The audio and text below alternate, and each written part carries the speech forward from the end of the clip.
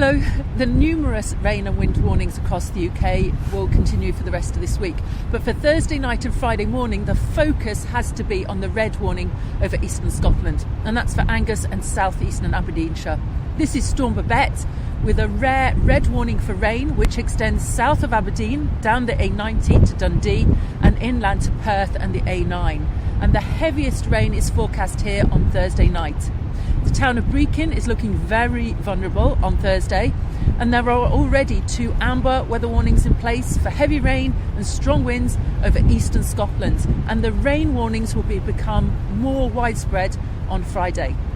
Now, conditions along the North Sea coast are wild, with high gusts and large waves. The heavy rain will just keep piling in from the North Sea, hitting the same region and falling on ground that was affected by heavy rain just recently. The amount of rain forecast for eastern Scotland has been described as exceptional by the Met Office. 200 to 250 millimetres of rain is mentioned, with the worst of that falling in the red highlighted region during Thursday night. This east to southeasterly flow is quite unusual and will result in very high totals for exposed windward hillsides and then run off down to lower ground. Conversely, to the lee of high ground, there will be some shelter due to rain shadow effects. The strong winds and gales continue for northern Scotland, but will extend south along the east coast of England by Friday morning. All of these warnings cover severe weather, so maybe prepare.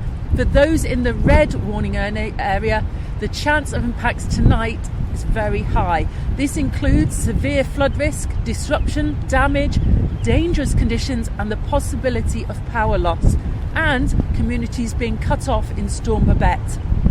The advice is to prepare now in the red area, pack a grab bag, put stuff upstairs, charge phones and find a torch. Then check on others and do stay in touch with any local updates.